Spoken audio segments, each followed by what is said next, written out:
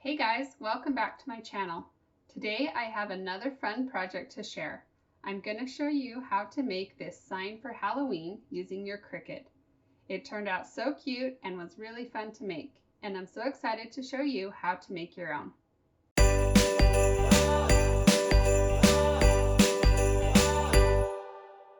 For this project, you'll need black vinyl, transfer tape, your weeding tool and scraper, a 5/8 inch wooden dowel, large paint sticks or a 1.5 inch wood strip, burlap, jute twine, a hot glue gun and glue, Mod Podge, orange and brown paint and a brush, and of course your Cricut, your cutting mat, and the cut file. So grab your supplies and head over to your computer. The first thing we need to do is grab the SVG file we'll be using for this project. You can get it for free on my blog at burtonavenue.com. I keep all the SVG files for these projects that I make and share in my free SVG library. These files will work with all kinds of cutting machines and they're free to everyone. Once you're on my site, just click on Free SVG Files and then Free SVG Library. You will need a password to get into the library, and there are instructions on the screen if you need to get one. Once you're in the library, you can search for the file Salem Flying School. It will either be listed under the most recent projects and cut files or under the Halloween category. You can also use your browser search to find it. I've added the unique code BA1712 after the file name to make finding the design a little bit easier. So once you've found the file, go ahead and click on that link, and those files will be downloaded onto your computer. Now, when you download these files online, they come in a zipped folder, and you'll need to unzip or extract them before you can use them in Cricut Design Space. To do this, you'll need to go to the location where downloaded files are saved on your computer.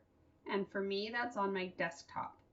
Once you're there, look for that zipped folder that we just downloaded and double click on it. A new window will open, and somewhere you should see the option to extract or unzip. Click on that, and another window will open up. And this will show you where on your computer the unzipped files will be saved. And you need to remember this location because you'll have to get to it once you're in Cricut Design Space. Now go ahead and click on the Extract button. And those files will be unzipped and they're now ready to use in Cricut Design Space. So let's head over to Cricut Design Space and start a new project. Once you're on the Canvas screen, you can click on the Upload button and then click Upload Image, and then click on Browse. And now you'll want to go to that location where the unzipped files were saved on your computer. Once you're inside of that unzipped folder, you'll see several different file types listed, and we need to find the SVG file. But you'll notice there's not an SVG in this list of files on my computer. And that's because SVG files show up as a Microsoft Edge HTML document. And I've also seen it show up as a Chrome HTML document. So if you don't see an SVG in your list of files, look for something like that instead.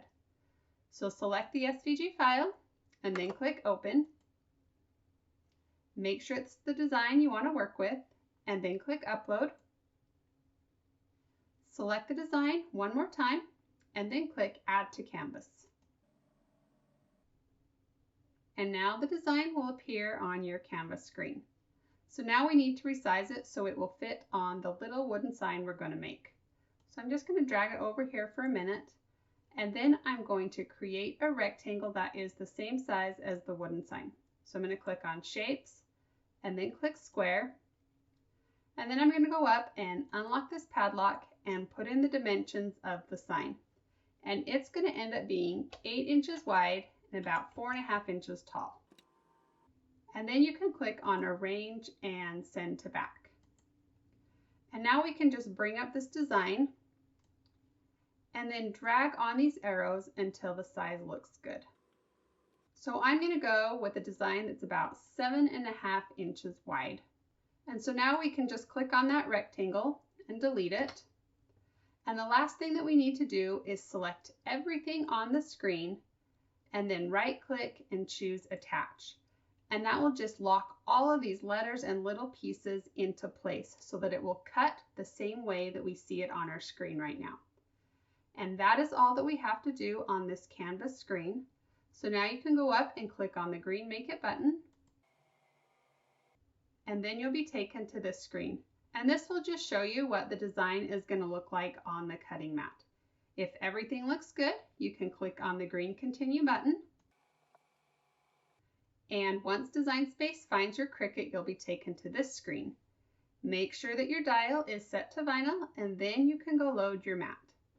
So place a piece of black vinyl on your cutting mat and smooth it out so there aren't any wrinkles or bubbles. Then load it into your Cricut by pressing the up and down arrow button. When your Cricut is ready to cut, you'll see the C button light up. Press that and the machine will begin cutting. When everything has been cut, you can press the up and down arrow button again to unload your mat. Remove the vinyl from your cutting mat and trim away any unused portion of the vinyl. Then weed away the excess vinyl from around the letters and the shapes. Use your weeding tool to pull out any pieces left inside of the letters.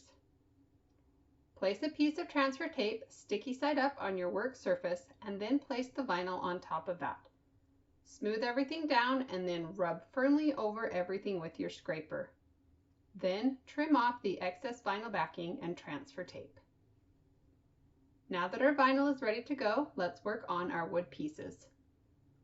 For the sign, you'll need 3 8-inch pieces and 2 4-inch pieces cut from either a large paint stick or a 1.5-inch piece of wood. You'll also need an 11-inch, a 7-inch, and a 2.5-inch piece cut from a 5/8-inch wooden dowel. Start by twisting some jute twine around the wooden dowel, kind of like a candy cane stripe. Use hot glue on each end to keep the twine in place. Do this on all 3 pieces of the wooden dowel. Then paint everything a dark brown. Set those pieces aside and let them dry. Next, place the 8-inch wood strips facing down. Line them up so the edges are straight. Then add some glue onto one of the 4-inch pieces and place it over all 3 strips of wood, about 1 inch from the left edge. Do the same with the other 4-inch piece and place that one close to the right edge.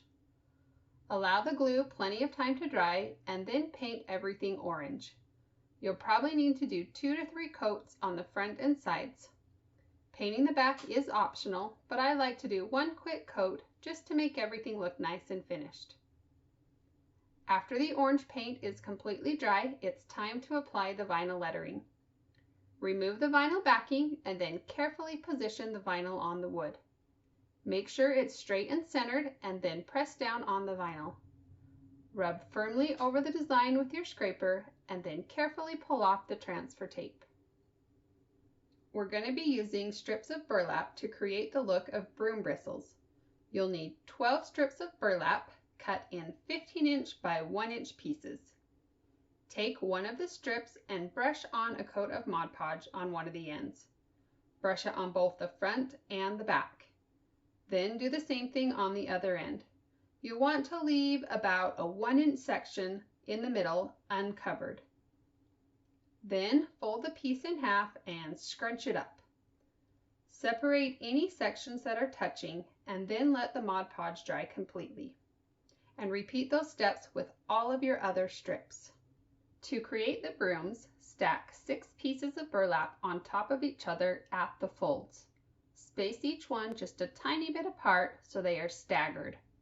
Wrap the burlap around the bottom of the longest wooden dowel. It's okay if it doesn't go all the way around the dowel. That will be the back. Now grab some twine and wrap it several times around the burlap and the dowel, about 1/2 inch down from the top of the fold. Tie the twine in a knot and then make a little bow and trim off the excess on the ends. Isn't that a cute little broom? Now make another one with the 7-inch dowel. Next, grab your wooden sign and flip it over. Place it on something to raise it up a couple inches off your work surface. Grab all 3 wooden dowel pieces and form an X on the back of the sign. The small piece and the top of the 11-inch piece should go over the top of the sign about an inch or so. The 2 smaller pieces should make a straight line, so it looks like it's all one piece from the front. When you're happy with the placement, you can glue everything into place. You can also cut a piece of twine and glue it onto the back so you can hang the sign. And that's it. Another Halloween project is finished. Don't you just love how it turned out? If you enjoyed this project and want to see more like it, be sure to subscribe and click on that notification bell so you'll get notified each time I post a new video.